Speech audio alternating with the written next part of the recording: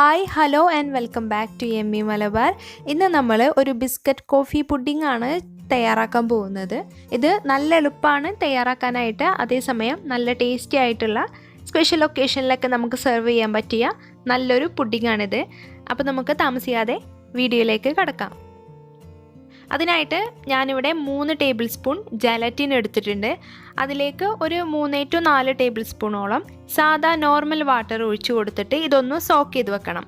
ഇത് നന്നായിട്ട് മിക്സ് ചെയ്ത് കഴിഞ്ഞാൽ ഇത് ഓട്ടോമാറ്റിക്കലി ഇതങ്ങ് സോക്കായിക്കോളും. ജലാറ്റിൻ ഏകദേശമൊക്കെ സോക്കായി വന്നിട്ടുണ്ട്. ഇനി ഇതിലുള്ള കട്ടകളൊക്കെ നമ്മൾ ഡബിൾ ബോയിൽ ചെയ്തെടുക്കുമ്പോൾ അങ്ങ് പൊക്കോളും. അപ്പോൾ അതിനായിട്ട് വേറൊരു ബൗളിൽ നമ്മൾ ചൂടുള്ള വെള്ളം എടുക്കണം. എന്നിട്ട് അതിലേക്ക് ഈ ജലാറ്റിൻ സോക്ക് ചെയ്ത് വെച്ച ബൗൾ ഇറക്കി വെച്ച് കൊടുത്തിട്ട് ഈ ജലാറ്റിന് മെൽറ്റ് ആകുന്നത് വരെ വെയിറ്റ് ചെയ്യണം. ഞാനിപ്പോൾ 500 ml മിൽക്കാണ് എടുത്തിട്ടുള്ളത്. അതിലേക്ക് കറക്റ്റ് മെഷർമെൻ്റ് ആണ് ഈ 3 ടേബിൾ സ്പൂൺ ജലാറ്റിൻ എന്ന് പറയുന്നത്. ഇനി നമുക്ക് ഇത് മെൽറ്റ് ചെയ്യുന്നത് വരെ വെയിറ്റ് ചെയ്യാം.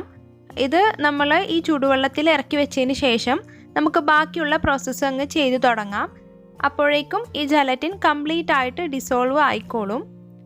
അപ്പോൾ അതിനായിട്ട് ഞാൻ ഒരു സോസ് പാനിൽ 500 ml മിൽക്ക് എടുത്തിട്ടുണ്ട്. അതൊന്ന് നമുക്ക് തിളപ്പിച്ചെടുക്കണം.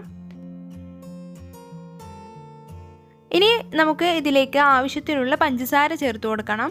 ഞാനൊരു 4 ടേബിൾ സ്പൂണോളം പഞ്ചസാര ഇതിലേക്ക് ചേർക്കുന്നുണ്ട്. അത് നിങ്ങളുടെ മധുരത്തിനനുസരിച്ചിട്ട് ചേർത്ത് കൊടുക്കുക. പുഡിംഗ് ഒക്കെ നമ്മൾ എപ്പോഴും തണുപ്പിച്ചിട്ടല്ലേ കഴിക്കാറ്. അപ്പോൾ നമ്മൾ ഫ്രിഡ്ജിൽ ഇത് സെറ്റ് ചെയ്ത് എടുക്കുമ്പോഴേക്കും ഇതിന് മധുരം ഒരല്പം കുറയാനുള്ള സാധ്യത ഉണ്ട്. അപ്പോൾ അതുകൊണ്ട് നിങ്ങളുടെ മധുരത്തിനേക്കാളും 1 ടേബിൾ സ്പൂൺ കൂടി എക്സ്ട്രാ ഇതിലേക്ക് ചേർക്കുന്നത് നല്ലതായിരിക്കും. ഇത് എൻ്റെ ജസ്റ്റ് ഒരു ഒപ്പീനിയനാണ്. ഇനി നമുക്കിതിലേക്ക് ബിസ്ക്കറ്റ് ചേർത്ത് കൊടുക്കണം. ഇതുപോലുള്ള ട്രാൻസ് ഫാറ്റ് ബിസ്ക്കറ്റാണ് ഈ കോഫി പുഡിങ്ങിന് ഏറ്റവും ബെറ്റർ ആയിട്ടുള്ളത്. ആരോ റൂട്ട്, മാരിഗോൾഡ് അങ്ങനത്തെ ടൈപ്പ് ബിസ്ക്കറ്റുകൾ. ഞാനിപ്പോൾ ഇവിടെ ആരോ റൂട്ട് ബിസ്ക്കറ്റാണ് എടുത്തിട്ടുള്ളത്. അതൊരു 4 പീസേ എടുത്തിട്ടുള്ളൂ. ഓവറായിട്ട് എടുക്കേണ്ട ആവശ്യമില്ല. ഇനിയിപ്പോൾ നിങ്ങൾക്ക് ഇപ്പോൾ ഈ 4 ബിസ്ക്കറ്റ് ചേർക്കുമ്പോൾ ഈ കോഫിയുടെയും ബിസ്ക്കറ്റിൻ്റെയും ഫ്ലേവർ ബാലൻസ്ഡ് ആണ്. ഇതിനേക്കാളും കൂടുതലാണെങ്കിൽ കോഫിയുടെ ഫ്ലേവറിനേക്കാളും ഈ ബിസ്ക്കറ്റിൻ്റെ ഫ്ലേവർ ആയിരിക്കും മുന്നിട്ട് നിൽക്കുന്നത്. ഇതാ ഈ ആരോ റൂട്ട് ബിസ്ക്കറ്റാണ് ഞാൻ എടുത്തിട്ടുള്ളത്, ന്യൂട്രി ചോയ്സിൻ്റെ. നിങ്ങൾക്ക് നിങ്ങളുടെ അവൈലബിലിറ്റിക്ക് അനുസരിച്ചിട്ട് ഇഷ്ടമുള്ള ബിസ്ക്കറ്റ് എടുക്കാം. പാർലേജി എടുത്താലും കുഴപ്പമില്ല. ഇനി നമുക്ക് ഇതും ജസ്റ്റ് മിക്സ് ചെയ്തെടുക്കണം. എന്നിട്ട് ഇതിലേക്ക് 1 ടീസ്പൂണോളം കോഫി പൗഡർ ചേർക്കണം. അപ്പോൾ ബിസ്ക്കറ്റൊക്കെ നന്നായിട്ട് സോക്കായി വന്നിട്ടുണ്ട്. ഇനി ഞാനിതിലേക്ക് 1 ടീസ്പൂണോളം കോഫി പൗഡർ ചേർക്കുന്നുണ്ട്. ഇത് ഇൻസ്റ്റൻറ്റ് കോഫി പൗഡറാണ്. ഇനിയിപ്പോൾ നിങ്ങളുടെ കയ്യിൽ ഇൻസ്റ്റൻറ്റ് കോഫി പൗഡർ അല്ല എങ്കിൽ നിങ്ങൾ വെള്ളം ചൂടാക്കിയതിന് ശേഷം ആ കോഫി പൗഡർ അതിലേക്ക് ഇട്ടിട്ട് അരിച്ചിട്ട് വേണം ഇതിലേക്ക് നമ്മുടെ ഈ പാലിൻ്റെ മിക്സിലേക്ക് ചേർക്കാനായിട്ട്. അത് മറക്കരുത്. ആ സ്റ്റെപ്പ് നിങ്ങൾ ഒരിക്കലും സ്കിപ്പ് ചെയ്യരുത്. ഇൻസ്റ്റൻറ്റ് കോഫി അല്ലെങ്കിൽ, ഇൻസ്റ്റൻറ്റ് കോഫി ആണെങ്കിൽ ഇങ്ങനെ ചെയ്തെടുത്താൽ മതി. അപ്പോൾ കോഫിയും നമ്മുടെ ബിസ്ക്കറ്റും നന്നായിട്ട് മിക്സ് ആയിട്ടുണ്ട്. ഇനി ഇതിലേക്ക് നമുക്ക് 1 ടീസ്പൂണോളം കോക്കോ പൗഡർ ചേർത്ത് കൊടുക്കണം. നല്ലൊരു കളറിനായിട്ടാണ് കോക്കോ പൗഡർ നമ്മൾ ഇതിലേക്ക് ചേർത്ത് കൊടുക്കുന്നത്. കോക്കോ പൗഡർ ചേർത്ത് കൊടുത്തതിന് ശേഷം നന്നായിട്ട് മിക്സ് ചെയ്ത് കൊടുക്കണം. ഈ കോക്കോ പൗഡർ ആകെ കട്ട പിടിച്ചിട്ടാവും കിടക്കുന്നുണ്ടാവുക. അപ്പോൾ അതുകൊണ്ട് നമ്മൾ നന്നായിട്ട് മിക്സ് ചെയ്തെടുക്കണം. ഇതുപോലുള്ളൊരു വിസ്ക് ഉണ്ടെങ്കിൽ മിക്സ് ചെയ്തെടുക്കാനൊക്കെ നല്ല എളുപ്പമായിരിക്കും.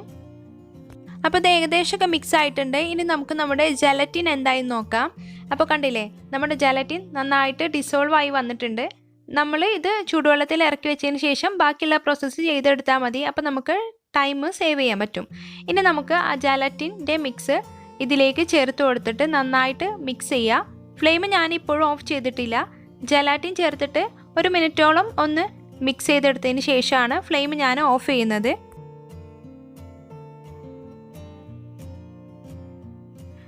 അപ്പോൾ ഇതിവിടെ എല്ലാം നന്നായിട്ട് മിക്സ് ആയിട്ടുണ്ട്. ഇനി നമുക്കിത് പുഡിംഗ് ട്രേയിലോട്ട് മാറ്റണം. അപ്പോൾ നിങ്ങൾക്ക് പുഡിംഗ് സെറ്റ് ചെയ്യാനായിട്ട് ഇഷ്ടമുള്ള പാത്രം എടുക്കാം. ടിഫിൻ ബോക്സ് എടുക്കാം, നമ്മുടെ ഗ്ലാസ് എടുക്കാം. അതൊക്കെ നിങ്ങളുടെ ഇഷ്ടം പോലെയാണ്. ഇത് ഒഴിച്ചു കൊടുത്തതിന് ശേഷം ഫ്രിഡ്ജിൽ ഒരു 8 മണിക്കൂറെങ്കിലും മിനിമം ഇത് സെറ്റ് ചെയ്യാനായിട്ട് മാറ്റി വെക്കാം. അപ്പോൾ ഇതാ 8 മണിക്കൂർ കഴിഞ്ഞിട്ടുണ്ട്. നമ്മുടെ പുഡിംഗ് നല്ല പെർഫെക്റ്റ് ആയിട്ട് തന്നെ സെറ്റായി വന്നിട്ടുണ്ട്. ഇനി നമുക്ക് ഒന്നുകിൽ ഈ പാത്രത്തിൽ തന്നെ കട്ട് ചെയ്തിട്ട് അങ്ങ് സെർവ് ചെയ്യാം, അല്ലെങ്കിൽ ഇത് കംപ്ലീറ്റ് ആയിട്ട് നമ്മൾ ഈ പാത്രത്തിൽ നിന്ന് മാറ്റിയെടുത്തതിന് ശേഷം കട്ട് ചെയ്തിട്ട് സെർവ് ചെയ്യാം. ഞാനിപ്പോൾ ഇത് കംപ്ലീറ്റ് ആയിട്ട് ഈ പാത്രത്തിൽ നിന്ന് മാറ്റിയിട്ട് ഞാനൊരു സ്ക്വയർ ടൈപ്പിലാക്കിയിട്ട് ഇത് സെർവ് ചെയ്യാൻ പോവാണ്. അപ്പോൾ കണ്ടില്ലേ നമ്മുടെ പുഡിങ് എത്ര പെർഫെക്റ്റ് ആയിട്ടാണ് വന്നതെന്ന്. നല്ല ജെല്ലി പോലെ നല്ല ഗിഗിളായിട്ടുള്ള പുഡിങ്ങാണ് നമുക്ക് കിട്ടിയിട്ടുള്ളത്. ഇനി നമുക്ക് ഇഷ്ടമുള്ള പോലെ സെർവ് ചെയ്തെടുക്കാം. ഞാൻ ചോക്ലേറ്റ് സിറപ്പ് ഇതിൻ്റെ മുകളിലൊന്ന് ആക്കി കൊടുക്കുകയാണ്. പുഡിങ് ഇഷ്ടപ്പെടുന്ന ഒരുപാട് പേരുണ്ട്. അപ്പോൾ അവർക്കൊക്കെ ഉറപ്പായിട്ടും ഇഷ്ടാവുന്ന ഒരു ടൈപ്പ് പുഡിങ്ങാണിത്. നല്ല എളുപ്പമല്ലേ ഇത് തയ്യാറാക്കിയെടുക്കാനായിട്ട്. അപ്പോൾ എല്ലാവരും ഇതൊന്ന് ട്രൈ ചെയ്ത് നോക്കണം. ട്രൈ ചെയ്തിട്ട് ഫീഡ്ബാക്ക് അറിയിക്കാൻ മറക്കരുത്. എൻ്റെ ഇൻസ്റ്റാഗ്രാം ID യമ്മി മലബാർ എന്നാണ്. ഇനിയിപ്പോൾ ഇൻസ്റ്റാഗ്രാം ഇല്ലാത്തവരാണെങ്കിൽ മെയിൽ ചെയ്യുക. എൻ്റെ ഇമെയിൽ ID യമ്മി മലബാർ എന്ന് തന്നെയാണ്. ഞാൻ ഡിസ്ക്രിപ്ഷൻ ബോക്സിൽ കൊടുക്കാം മെയിൽ ID. അപ്പോൾ എല്ലാവർക്കും ഇന്നത്തെ വീഡിയോ യൂസ്ഫുൾ ആയെന്ന് വിശ്വസിക്കുന്നു. വീഡിയോ ഇഷ്ടമായാൽ ലൈക്ക് ചെയ്യാനും ഷെയർ ചെയ്യാനും ചാനൽ ആദ്യമായിട്ട് കാണുന്നവരുണ്ടെങ്കിൽ സബ്സ്ക്രൈബ് ചെയ്യാനും മറക്കരുത്.